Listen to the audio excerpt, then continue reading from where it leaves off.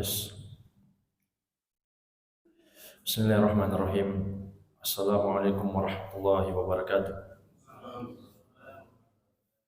Alhamdulillahi ala ihsani wa syukru lahu ala taufiqihi wa amtinani. Wa ashhadu an la ilaha illallah wahdahu la syarika lah ta'ziman li sya'nih. Wa ashhadu anna Muhammadan abduhu wa rasuluhu ad-da'i ila ridwanih. Sallallahu alaihi wa ala alihi wa ashabihi wa ikhwani amma ba'd. Fa ikhwani fid din wa akhwati fillah, kaum muslimin dan muslimat yang saya cintai dan saya muliakan, rahimani wa rahimakumullah.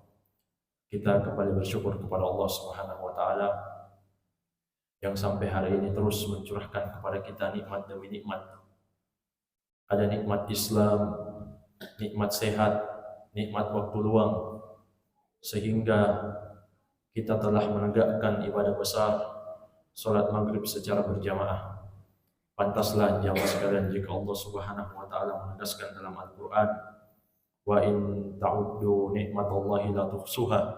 Jika kalian mau menghitung-hitung nikmat Allah, maka pasti kalian tidak akan mampu menghitungnya.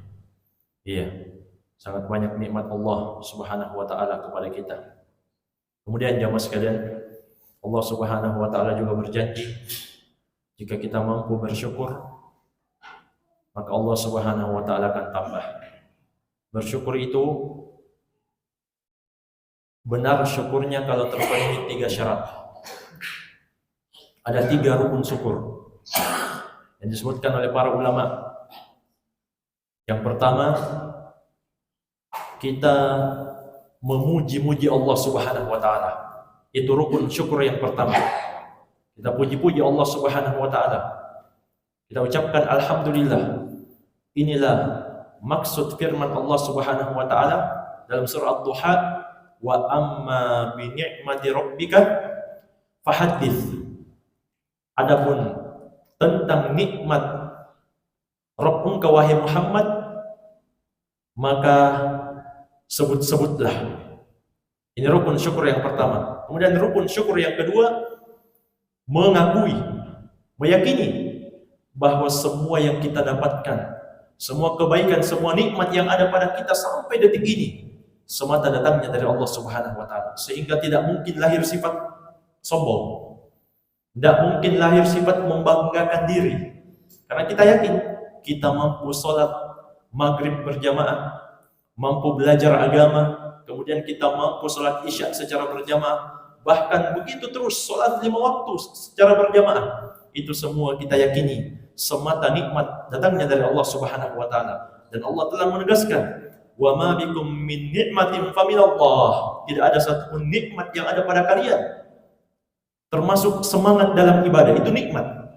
Semua kata Allah, nikmat yang ada pada kalian faminallah, semata berasal dari Allah Subhanahu wa taala.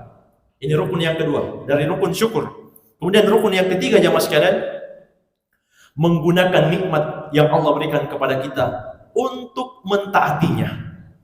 Kita gunakan nikmat sehat, nikmat waktu luang, nikmat kekuatan, nikmat kemampuan, bahkan nikmat harta, nikmat kendaraan untuk mentaati Allah Subhanahu wa taala. Itu rukun syukur yang ketiga. Nanti terpenuhi 3 rukun syukur ini jamaah sekalian, barulah kita dianggap hamba yang bersyukur. Iya. Dan Allah telah berjanji dalam Al-Quran, la in syakartum la azidannakum. Jika kalian bersyukur, maka pasti saya akan tambah. Itu kepastian dari Allah, jaminan dari Allah Subhanahu wa taala. Tapi sebaliknya, wala in kafartum inna adabi lasyadid. Jika kalian kufur, iya, tidak puji Allah, tidak mengakui nikmat itu datangnya dari Allah. Perhatikanlah Qarun, iya, ketika diminta keluarkan zakatnya dari hartanya yang banyak, iya, apa katanya? Ini harta berasal dari ilmu yang ada di sisiku. Dia tidak yakin bahwa itu nikmat dari Allah, tidak mengakui dia. Maka Allah tenggelamkan Qarun. Kalau kita tidak pakai nikmat itu untuk taat di jalannya, justru kita pakai kekuatan, kemampuan, harta, bahkan kendaraan untuk melangkah ke tempat-tempat atau perbuatan yang Allah benci. Ini juga tidak bersyukur dia. Inna adabi lasyadid, kata Allah. Allah ingatkan dalam Al-Quran, sungguh azabku jika kalian tidak bersyukur sangatlah pedih. Iya. Dan insyaallah taala jamaah sekalian, semoga dengan duduk-duduknya kita sejenak untuk mendengarkan ayat-ayat Allah, demikian pula hadis-hadis Nabi SAW, tercatat sebagai satu bentuk kesyukuran kepadanya. Iya. Insyaallah kita akan lanjutkan kajian kitab Sahih Al-Adabul Mufrad. Hadis-hadis sahih yang diambil dari kitab Al-Adabul Mufrad yang ditulis oleh Amirul Mukminin fil Hadis Muhammad bin Ismail Al-Bukhari rahimahullahu taala rahmatan wasi'ah. Iya. Adab ini termasuk sesuatu yang penting jamaah sekalian. Sampai-sampai Rasulullah sallallahu alaihi wasallam pernah mengatakan, "Innal mu'min la yudriku bi husni khuluqihi darajatas shaimil qa'im." Sesungguhnya seorang mukmin dia bisa menyamai kedudukan, posisi, pahala orang-orang yang sholat malam, demikian pula orang-orang yang puasa di siang hari, puasa sunnah, dengan akhlak yang baik yang dia miliki. Iya. Mungkin kita tidak kuat sholat malam, mungkin kita tidak kuat puasa sunnah jamaah sekalian. Tapi kata Nabi SAW, kita bisa mendapati kedudukan derajat orang yang selalu sholat malam, selalu puasa sunnah di siang hari.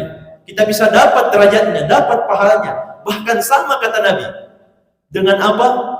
Bihusni khuluqihi, dengan akhlak atau adab yang baik. Iya. Kenapa? Ulama menjelaskan jamaah sekalian, orang yang sholat di malam hari, demikian pula orang yang berpuasa di siang hari, puasa sunnah, sholat malam, sholat sunnah, mereka bermujahadah, bersungguh-sungguh mengerahkan kemampuannya untuk ibadah kepada Allah.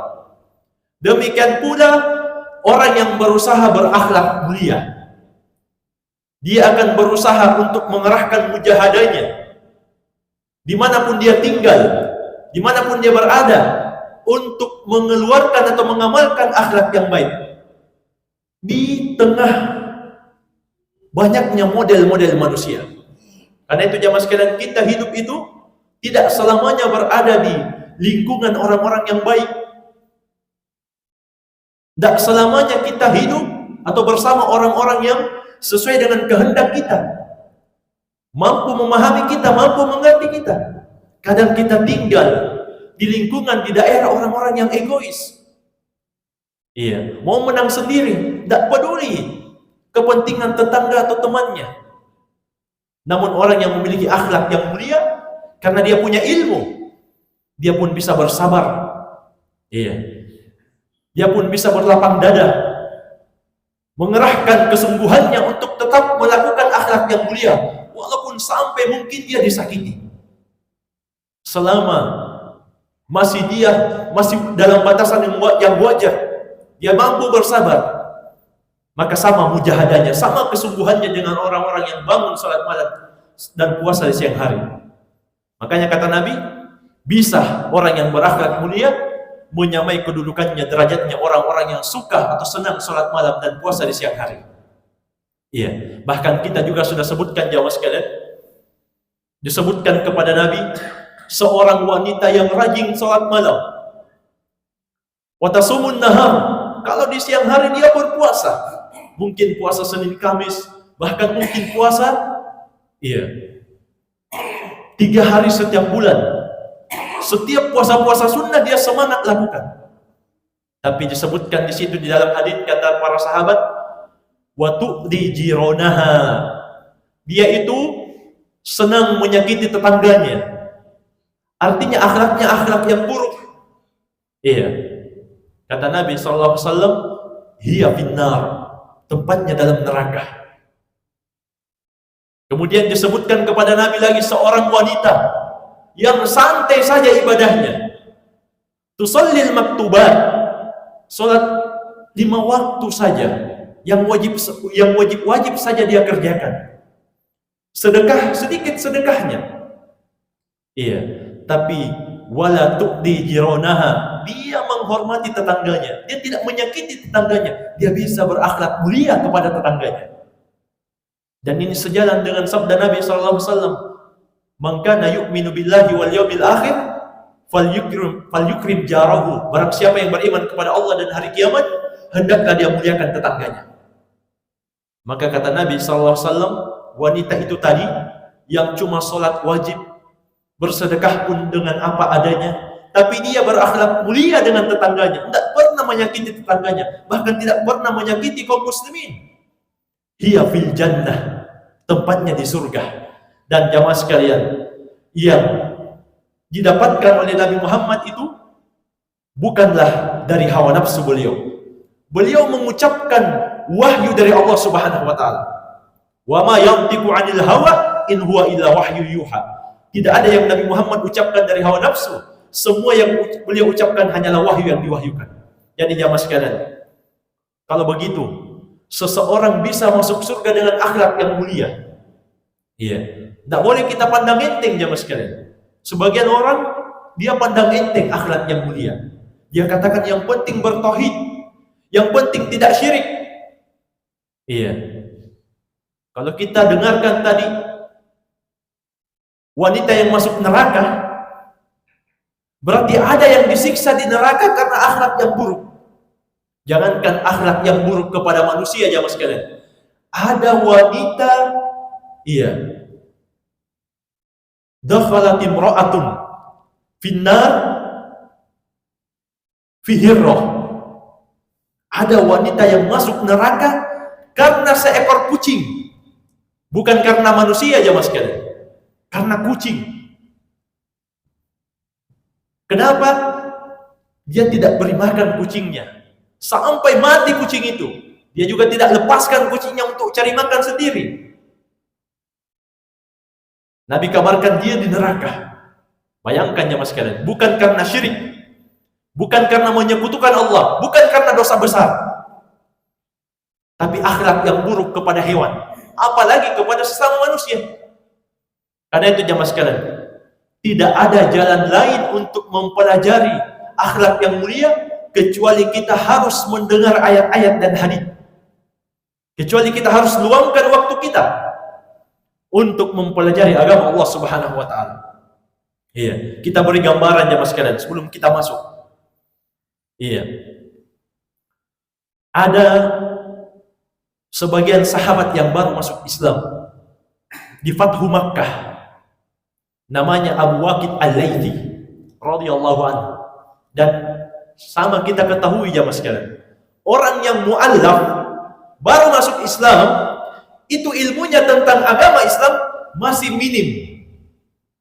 Iya, masih harus banyak dia diberitahu dan belajar. Suatu ketika kata Abu Waqid Al-Laythi ini menceritakan kisahnya. Iya, kharajna ma'a Rasulillah sallallahu alaihi wasallam ila Hunain.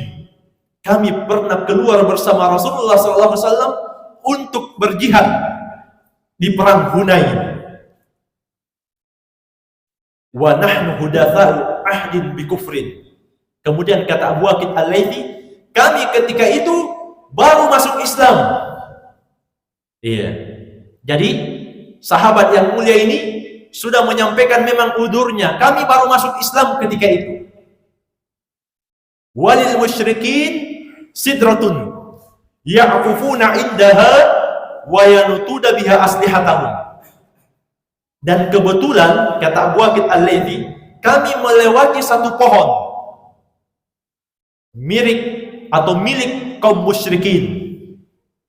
Jadi ada satu pohon yang dimiliki oleh kaum musyrikin ketika itu, yuqalu laha Datu Anwa, disebut Datu Anwa. Kenapa disebut pohon itu Datu Anwa jamaah sekalian? Karena orang-orang musyrik ketika itu suka menggantung-gantungkan senjatanya di situ. Iya. Apa tujuannya gantung-gantung senjata di pohon? Orang-orang musyrik menginginkan berkah, supaya sakti, supaya bisa menang ketika berperang. Maka kata Abu Waqid Al-Laythi, famararna bisidratin.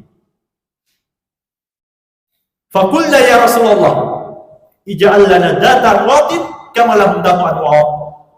Kami pun melewati pohon itu, kata Abu Waqid Al-Laythi, dan kami juga bilang kepada Rasulullah SAW, ya Rasulullah, tolong buatkan kami juga satu pohon. Bayangkan jamaah sekalian, baru masuk Islam ini, tolong buatkan kami pohon seperti kaum musyrikin juga punya pohon Datu Anwar, supaya kami bisa gantung-gantung senjata juga, supaya kita bisa dapat berkah juga ya Rasulullah. Tapi perhatikanlah, ulama, orang berilmu, Rasulullah SAW, gurunya para ulama, apa kata beliau? Allahu Akbar. Beliau malah bertakbir, Allahu Akbar. Dan beliau, kata para ulama, kalau Nabi Muhammad bertakbir atau mengatakan subhanallah, berarti beliau sedang menyaksikan sesuatu yang jelek, mengagetkan beliau. Beliau katakan, innahas sunan, sesungguhnya yang kamu minta ini adalah tradisi orang-orang jahiliyah dahulu. Iya, walladzi nafsi biyadihi, demi Allah yang jiwaku berada di tangannya. Kama qalat Banu Israil li Musa, ucapan kalian mau minta pohon untuk cari berkah sama persis ucapan Bani Israel kepada Musa. Jadi jamaah sekalian, ketika Fir'aun dan bala tentaranya mengejar Musa dan Bani Israel sampai di Laut Merah, mereka tidak bisa lagi selamat. Iya, mereka semua yakin pasti akan tertangkap oleh Fir'aun. Tapi dengan mukjizat dari Allah Subhanahu wa taala, Allah pun menyelamatkan Nabi Musa dan Bani Israel untuk menyeberang ke laut. Kemudian Allah tenggelamkan Fir'aun dan para tentaranya di laut tersebut. Setelah itu, mereka menyaksikan kaum yang sedang beribadah di Tuhan atau berhala-berhala mereka. Apa kata Bani Israel? Ya Musa, wahai Musa, ij'al lana ilahan kama lahum alihah. Tolong buatkan kami juga Tuhan-Tuhan. Tolong juga buatkan kami satu patung, satu sesembahan, sebagaimana mereka punya sembahan. Bayangkan ya mas sekalian, baru diselamatkan bukannya bersyukur. Iya, justru malah minta Tuhan. Apa sebabnya ya mas sekalian ini? Apa sebabnya? Karena Bani Israel itu telah lama dijajah, tidak belajar dia, tidak punya kesempatan mendengarkan ayat-ayat dan hadis. Iya, lama dijajah oleh Fir'aun dan bala tentaranya sehingga mereka bodoh. Makanya apa kata Nabi Musa? Qala innakum qaumun tajhalun. Kata Nabi Musa alaihissalam, kalian ini benar-benar kaum yang jahil. Bodoh maksudnya. Sudah Allah selamatkan, bukannya bersyukur menyembah hanya kepada Allah, justru malah minta Tuhan. Jadi ucapan Abu Waqid Al-Laythi minta pohon untuk cari berkah di situ sama dengan ucapannya Bani Israel minta Tuhan. Tapi para ulama menjelaskan, untung Rasulullah SAW ada di tengah mereka, sehingga mereka tidak jadi terjatuh dalam kesyirikan. Bagaimana kalau Nabi SAW sudah wafat jamaah sekalian? Siapa yang akan menjaga kita? Siapa yang akan menyelamatkan kita dari kesyirikan? Kalau bukan kita belajar, kalau bukan ilmu yang kita dapatkan dari para ulama. Iya, karena itu kunci masuk ke dalam surga adalah ilmu agama. Tanda Allah inginkan kebaikan kepada hamba adalah ilmu agama. Dalam hadits riwayat Muslim dari Abu Hurairah, Rasulullah SAW pernah mengatakan, man salaka tariqan yaltamisu fi ilman sahhalallahu lahu bihi tariqan ilal jannah. Barang siapa yang keluar untuk menempuh satu jalan dalam rangka menuntut ilmu, maka Allah akan mudahkan baginya jalan ke surga. Siapa yang mudahkan kita ke surga jamaah sekalian? Pemilik surga. Bihi, Nabi sebutkan di situ, dengan sebabnya, maksudnya dengan sebab ilmu itu. Iya.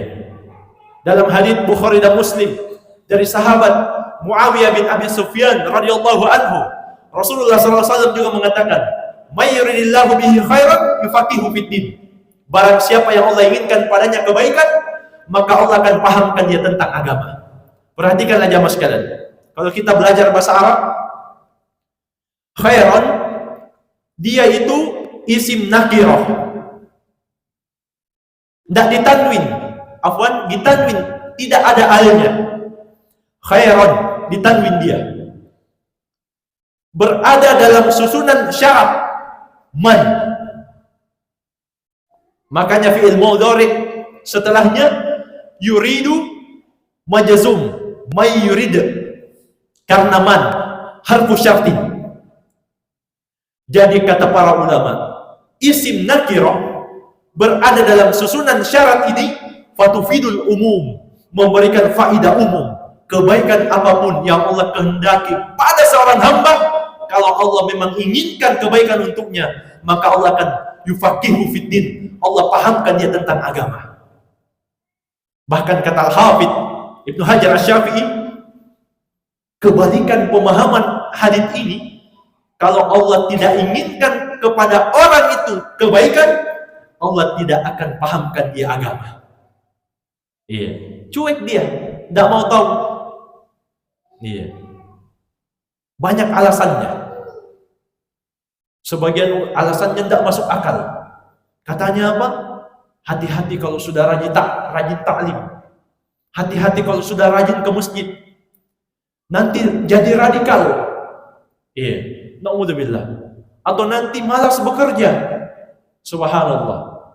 Iya.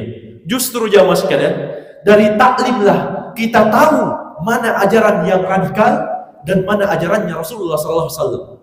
Justru dari taklimlah kita tahu yang mana yang wajib, yang mana menjadi tanggung jawab, dan yang mana yang hukumnya fardu kifayah atau tidak sampai wajib. Memberi nafkah kepada istri, kepada anak, memberi tempat tinggal, pakaian, itu wajib jamaah sekalian. Iya. Sedangkan dakwah hukumnya fardu kifayah. Yang tidak mampu tidak diwajibkan untuk ikut dakwah. Tapi memberi makan, memberi nafkah kepada anak istri itu wajib. Iya. Kok ada yang mengatakan kalau kita rajin taklim kita malas bekerja? Enggak. Iya. Justru yang banyak yang kita temui yang sudah rajin bekerja jarang taklim. Iya. Tapi anehnya jamaah sekalian, kalau dia meninggal dia mau disolatkan di masjid. Iya. Tidak pernah sholat di masjid, tapi kalau dia meninggal dia mau disolatkan di masjid. Makanya para ulama juga mengatakan, orang yang didengarkan ucapannya, orang yang dilihat di tengah masyarakat, kalau ada orang yang sholat atau orang yang meninggal disolatkan di masjid, tapi orangnya itu tidak pernah datang berjamaah, maka orang yang ditokohkan tadi dianjurkan tidak ikut mensolatkan. Supaya apa jamaah sekalian? Supaya itu sebagai pelajaran untuknya, bahwa kalau kita tidak datang sholat, kita tidak mau disolati oleh ustaz, atau kita tidak mau disolati oleh orang-orang yang baik. Iya, sebagaimana pernah datang kepada Nabi satu jenazah, dia punya hutang. Iya, hutang ini akan dibayar sampai di hari kemudian. Maka dikatakanlah, ya Rasulullah, tolong sholatkan ini. Kata Nabi, apakah dia punya hutang? Temannya mengatakan, iya dia punya hutang. Nabi pun mengatakan, sholatkan sendiri temanmu. Iya. Nabi tokoh, didengar, dilihat. Beliau memberi pelajaran bahwa berhutang itu sesuatu yang tidak bagus kalau niatnya memang tidak mau dibayar. Adapun kalau berhutang dalam kondisi terdesak, maka tidak mengapa. Tapi menjadikan hutang kebiasaan, bahkan dia sebenarnya mampu lunasi, tapi dia tunda-tunda hutangnya, itu termasuk perbuatan zalim jamaah sekalian. Nabi tidak mau solati orang yang punya hutang. Kemudian setelah itu orang ini mengatakan, ya Rasulullah, solatkan saja, saya yang menjamin hutangnya. Baru Nabi mau solatkan. Iya. Perhatikan jamaah sekalian. Apalagi orang yang tidak sholat, tiba-tiba meninggal mau disolatkan di masjid. Iya.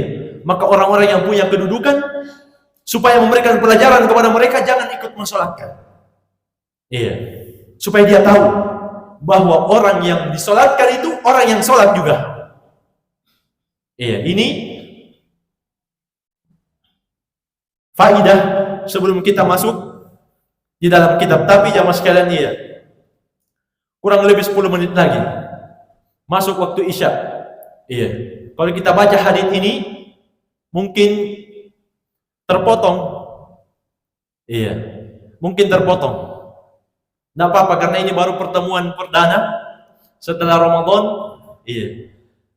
Kita kajian-kajian santai saja dulu. Iya. Kajian-kajian motivasi. Kajian-kajian motivasi.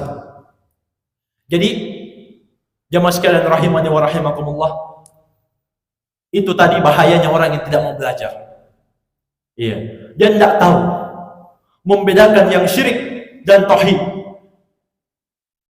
Untung Nabi hidup, untung Nabi mencegah, sehingga tidak jadi dibuatkan pohon yang bernama Datu Anwar. Iya. Dan perlu diketahui jamaah sekalian, kita sudah pernah singgung juga, sesuatu yang berberkah itu, ini penting kita ketahui supaya kita tidak diperbodoh oleh sebagian orang. Sebagian orang jamaah sekalian banyak sekali termakan oleh omongan-omongan tipu daya sebagian orang. Iya, sampai-sampai ini, tapi ini yang tidak belajar jamaah sekalian. Jadi sebagian orang mengaku keturunan Nabi Muhammad. Iya. Katanya ini air ini, iya. Jadi dia tiup-tiup begitu, disertai dengan ludah sedikit. Kemudian dia katakan, ini air dari Habib Fulan, penuh dengan berkah. Siapa yang mau membayarnya dengan harga 1 juta? Subhanallah. Yang dengar ini pada berebutan. Saya yang mau. Iya. Jamaah sekalian, iya. Yang hanya air ludahnya, rambutnya, keringatnya yang berberkah itu hanya satu manusia, yaitu Rasulullah SAW. Semua selain Nabi tidak berberkah. Zatnya itu tidak berberkah. Karena itu Syekh Shalih Al-Fauzan hafizahullah pernah ditanya, ada anak bayi yang baru lahir, bapaknya ini mau mentahnik, dia mau mentahnik anaknya, dia kunyakan kurma, kemudian dia taruh di langit-langitnya anaknya. Dia bilang supaya berberkah katanya. Kata Syekh Shalih Al-Fauzan hafizahullah, tidak ada dalilnya perbuatan tersebut. Bahkan kata Syekh di akhir jawaban, mungkin lebih baik, lebih selamat anakmu itu tidak terkena ludahmu. Iya. Yang sampai peropok. Iya, dia tahnik anaknya, masih ada sisa-sisa 2, 3, 4 di situ. Iya. Tidak disyariatkan. Dan ketika Rasulullah meninggal jamaah sekalian, tidak ada yang membawa bayinya ke Abu Bakar untuk ditahnik oleh Abu Bakar. Tidak ada jamaah sekalian. Kepada Umar, kepada Utsman, kepada Ali, tidak ada. Bersamaan dengan itu mereka ini wali Allah. Ulama sepakat bahwa sahabat itu manusia yang paling utama.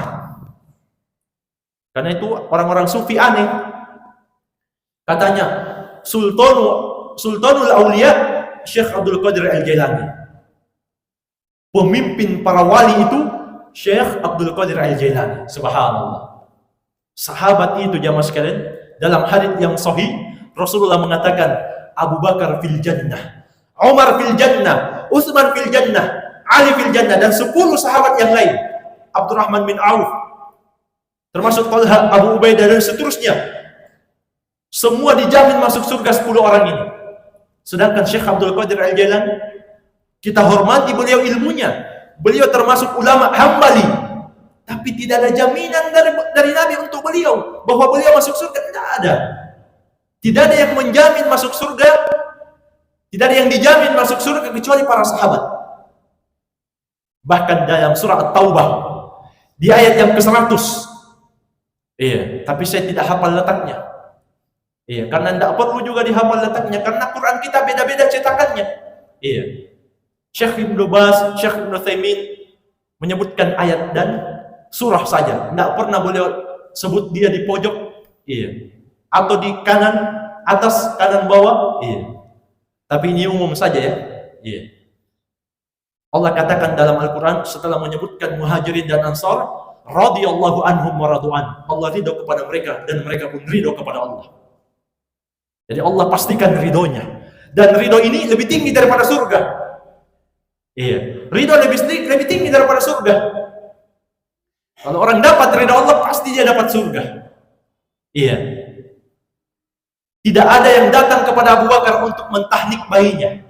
Tidak ada jamaah sekalian.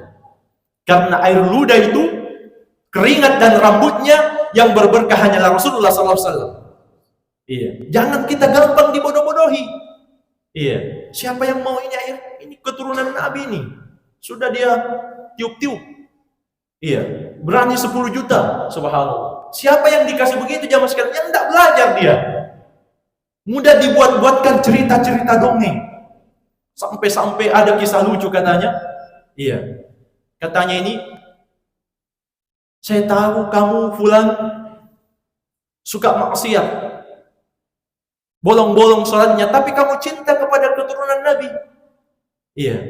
Kamu kalau ditanya nanti sama malaikat di kubur, lihatkan saja ini catatannya. Iya, nanti kamu lolos tes. Subhanallah. Iya. Ini khurafat. Terakhir jamaah sekalian. 3 syarat. Sesuatu itu dikatakan berberkah. Harus kita catat ini biar kita tidak gampang dibodoh-bodohi. Ada 3 syarat. Tidak banyak. Yang pertama, sesuatu itu dikatakan berberkah harus ada dalilnya. Harus ada dalilnya. Masjidil Haram, Masjid Nabawi berberkah, betul. Berberkah. Ada dalilnya dia. Terpenuhi syarat pertama. Syarat yang kedua, harus ada dalil bagaimana cara mengambil berkah di situ. Iya. Bagaimana cara mengambil berkah di Masjidil Haram, di Masjid Nabawi? Apa kita gosok-gosok badan kita di batunya? Atau kita gunting kiswa Ka'bah? Atau kita betel tegelnya kita bawa pulang ke tanah air? Biar digantung-gantung di warung? Tidak jamaah sekalian. Cara mengambil berkah di Masjidil Haram dan Masjid Nabawi, salat di situ. Salatnya lebih baik 100.000 kali di Masjidil Haram daripada salat di tempat lain. Di Masjid Nabawi lebih baik 1000 kali dari tempat yang lain. Begitu cara mengambil berkah. Ini syarat yang kedua. Kemudian syarat yang ketiga, kita yakin sesuatu itu berkah hanyalah sebagai sebab. Allah lah yang maha berkah. Fatabarakallahu ahsanul khaliqin. Allah lah yang maha berkah. Kalau Allah tidak memberikan berkah kepada orang tersebut, tidak akan berberkah. Iya. Contoh jamaah sekalian, al-habbatus sauda, jintan hitam. Kata Nabi sallallahu alaihi wasallam, syifaun min kulli da'in illa sam. Habbatus sauda itu obat untuk semua penyakit kecuali kematian. Berarti ada dalilnya memang, diminum dia. Tapi banyak juga yang tidak sembuh minum habbatus sauda. Banyak jamaah sekalian. Yang berbekam juga banyak yang tidak sembuh berbekam. Kenapa bisa begitu? Karena habbatus sauda dan bekam itu hanyalah sebab, yang menyembuhkan hanyalah Allah Subhanahu wa taala. Itu 3 syarat untuk meyakini sesuatu berberkah. Supaya kita tidak gampang dibodoh-bodohi. Iya. Tidak gampang dicerita-ceritai. Tidak gampang didongeng-dongengkan. Kita ini bukan anak kecil lagi jamaah sekalian, yang gampang terima berita. Iya. Harus kita kritis saat ini. Dengan cara apa? Duduk sejenak belajar. Setelah itu kalau mau kopi, silahkan di belakang. ada kopi gratis. Alhamdulillah. Iya, mungkin saja bisa kita ambil pada malam hari ini, ada waktu, masih ada waktu, kita persilahkan kalau ada yang perlu mau dipertanyakan.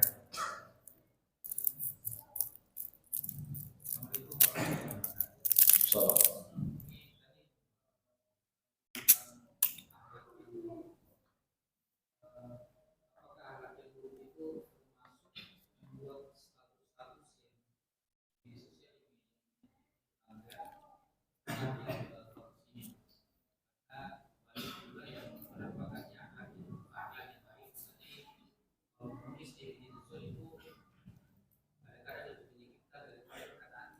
Iya. Iya, jamaah sekalian.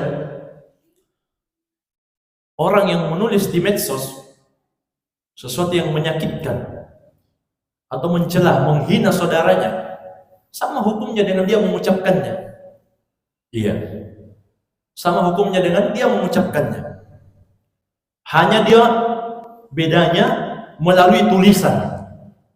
Iya, itu disebutkan oleh ulama kita bahwa tulisan itu sama dengan dia mengucapkannya. Iya.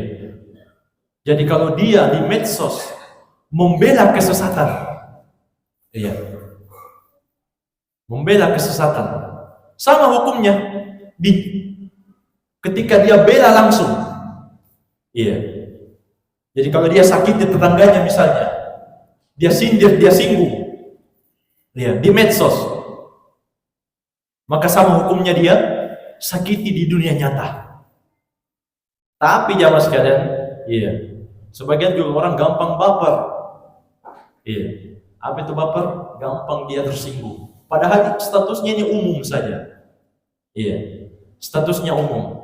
Dan sesuatu yang tersebar, iya, atau penyimpangan kesesatan yang tersebar di medsos, maka dibantahnya juga di medsos. Iya. Dibantahnya juga di medsos. Jadi sama saja. Kalau dia menulis kebaikan, maka kebaikan yang akan dia dapatkan.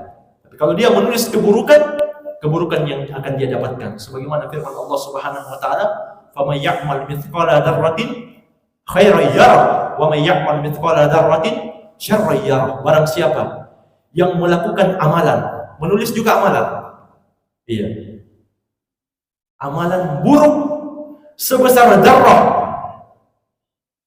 semut kecil, tapi keburukan pasti dia akan dapatkan juga. Dan barang siapa yang melakukan amalan, menulis juga amalan kebaikan sekecil apapun, walaupun sebesar darah, semut hitam, ya roh, dia juga akan mendapatkan balasannya, yaitu kebaikannya. Jadi sama, insyaallah.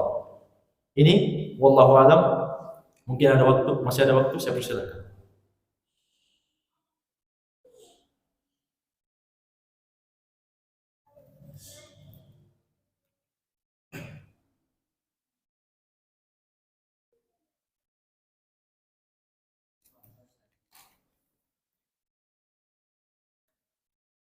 Baik. Gimana ini Ustaz? Misal ini kan kita di WC Ustaz, kan mesin cuci di luar WC, kita masuk di WC kan kita pas keluar masuk ini Ustaz. Iya. Maka setiap keluar baca doa masuk dari bacaan Ustaz. Maka itu bukan karena di luar lagi bukan dari WC. Iya. Baik. Jadi doa, maksudnya doa masuk WC. Iya. Allahumma inni a'udzubika minal khubuthi wal khaba'ith. Ya Allah, saya berlindung kepadamu di antara makna al-khubuth wal khaba'ith, setan laki-laki dan setan perempuan. Iya, jin laki-laki dan jin perempuan. Saya berlindung kepadamu dari gangguan setan laki-laki dan setan perempuan. Apakah misalnya kita mencuci, keluar masuk WC, apakah setiap masuk keluar harus baca ini? Iya. Jemaah sekalian, perlu kita ketahui dulu, ruh syariat Islam, agama Islam itu ruhnya adalah rahmat. Iya. Jadi agama kita itu agama rahmat. Karena itu para ulama membuat satu kaidah, al-masyaqqah tajlibut taysir. Adanya kesulitan mengharuskan ada kemudahan. Iya, karena itu pernah datang kepada Nabi SAW seorang wanita yang dikepang rambutnya, tebal rambutnya. Katanya, ya Rasulullah, apa saya buka kepangang ini kalau mau mandi janabah? Iya, kan panjang, kalau setengah mati nanti kalau harus dibuka. Maka kata Nabi SAW, cukup kamu tuangkan di atas kepalamu 3 kali, membasahi semua badanmu, cukup. Iya, cukup. Bahkan para ulama juga menjelaskan, jemaah sekalian. Iya, para ulama menjelaskan, dan antaranya Syekh As-Sa'di rahimahullah dalam Qawaid beliau, anggota wudu yang dibasuh sekali, wajibnya kan sekali, sunnahnya 2-3 kali. Tidak perlu kita periksa lagi, ini sudah basah semua atau tidak ini. Tadi saya sudah cuci muka rata atau tidak, tidak perlu. Ghalabatil dhon, kata para ulama. Kalau dia sudah yakin, sangkaannya itu lebih banyak bahwa sudah basah tadi, tidak perlu dia cek, tidak perlu dia periksa. Iya. Ini semua karena kemudahan dari agama. Sampai-sampai jemaah sekalian pernah ditanyakan ke Syekh Ibnu Utsaimin rahimahullah, ya wahai Syekh, saya tadi sudah sholat tahiyatul masjid, keluar sebentar ada yang mau saya ambil. Iya, kata Syekh, kamu berniat untuk tinggalkan masjid atau tidak? Kata orang ini, tidak ya Syekh, tapi ada ketinggalan tadi, saya ambil semacam barang begitu. Kata Syekh, tidak perlu lagi kamu sholat tahiyatul masjid, karena kamu tidak berniat untuk meninggalkan masjid. Iya, sama juga ini jamaah sekalian. Kita sudah baca doa, iya, kita keluar itu bukan untuk, iya, sudah tinggalkan WC, bukan, tapi kita mau ambil pakaian, kita mau kumpulkan, kita mau keluarkan, kita mau masukkan. Jadi cukup sekali kita baca. Kecuali kalau memang kita sudah mau tinggalkan itu, ya nanti kita balik lagi, kita sudah berniat memang tidak mau lagi ke kamar mandi misalnya, iya, maka nanti setelah itu 1 jam atau setengah jam kemudian kita baca lagi doanya. Tapi kalau kita tidak niat untuk meninggalkannya, memang karena ada sesuatu hajat, maka tidak perlu kita baca setiap masuk. Ya, ini memberatkan kita, dan itu bukan ruh syariat Islam. Syariat Islam itu adalah agama rahmat. Bahkan kalau kita tidak bisa sholat berdiri, sholat dalam kondisi duduk. Kalau tidak bisa duduk, sholat dalam kondisi berbaring. Kalau tidak bisa berbaring, sholat dalam kondisi apapun juga. Iya. Sampai para ulama mengatakan sholat dengan isyarat mata. Iya. Jadi kalau ada orang yang sakit, iya, misalnya badannya tidak bisa bergerak, satu badan, tapi akalnya masih berfungsi, sholat dengan menggunakan isyarat mata. Kalau tidak ada yang wudukan dia, tayamumkan dia, sholat dalam kondisi seperti itu. Iya. Yuridullahu bikumul yusr wala yuridu bikumul asr. Allah tegaskan dalam Al-Quran, Allah senantiasa menginginkan untuk kalian wahai umat Islam kemudahan. Tidak pernah Allah inginkan kepada kalian wahai umat Islam kesulitan sedikit pun juga. Jemaah sekalian, mungkin saya yang bisa kita ambil pada malam hari ini. Iya, lebih dan kurangnya saya mohon maaf. Wallahu taala a'lam, wabillahi taufik. Subhanakallahumma hamdik, asyhadu an la ilaha illa anta, astaghfiruka wa atubu ilaik. Wa sallallahu ala nabiyyina Muhammadin wa alihi wasallam. Wa akhiru da'wana alhamdulillahi rabbil alamin. Wassalamu alaikum warahmatullahi wabarakatuh.